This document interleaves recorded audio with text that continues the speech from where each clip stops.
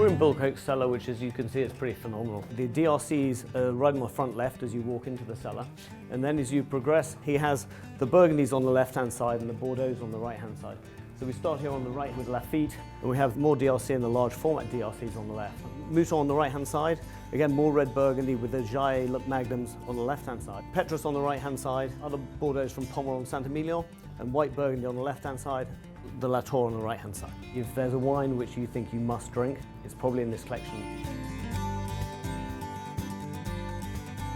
It's obviously an outstanding wine collection, one of the greatest in the world. That's because of the scale of the collection. What he liked, he bought a lot of, so he could drink it on multiple occasions. And he focused on quality.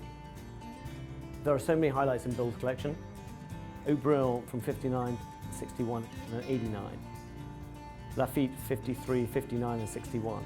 Latour 29, 49, 59 and 61. DRC, 43 3-litre bottles and 32 6-litre bottles, along with 11 6-litre bottles and 8 3-litre bottles from Montrachet. The amazing thing is he has all the first growths going back to the 40s in bottles in large format. Bill started collecting many of the older vintages back in his 70s and 80s, and they're in exceptional condition. So this is the great Romney Conti 1959 Jeroboam, which is a 3-litre size.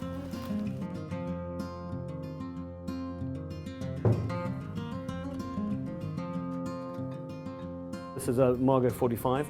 And the level's right just below the bottom of the neck, so we call that very top shoulder. One of the legendary vintages. To find it in this condition is exciting. Mouton 45 is one of the most legendary wines that Mouton have made. Obviously it was the wartime vintage, which is very celebrated. And they also made a truly outstanding wine. And here you got the V for Victory on the label, which Baron Fillet put on. The 59 vintage is one of his favourite vintages, and Petrus is one of his favourite wines. And I think that's because it's got that rich, voluptuous softness, but with that great power and intensity. So this is a bottle of the great Mouton 59, which is a fantastic comparison to the 61. 59 and 61 are two of Bill's favourite vintages, which he tends to consume, so he's also bought a lot. So we have quite a lot in the cellar and quite a lot staying behind.